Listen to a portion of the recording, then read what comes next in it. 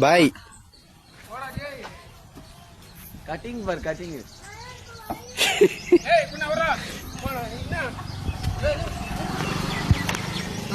எவடியா பையன் உனக்கு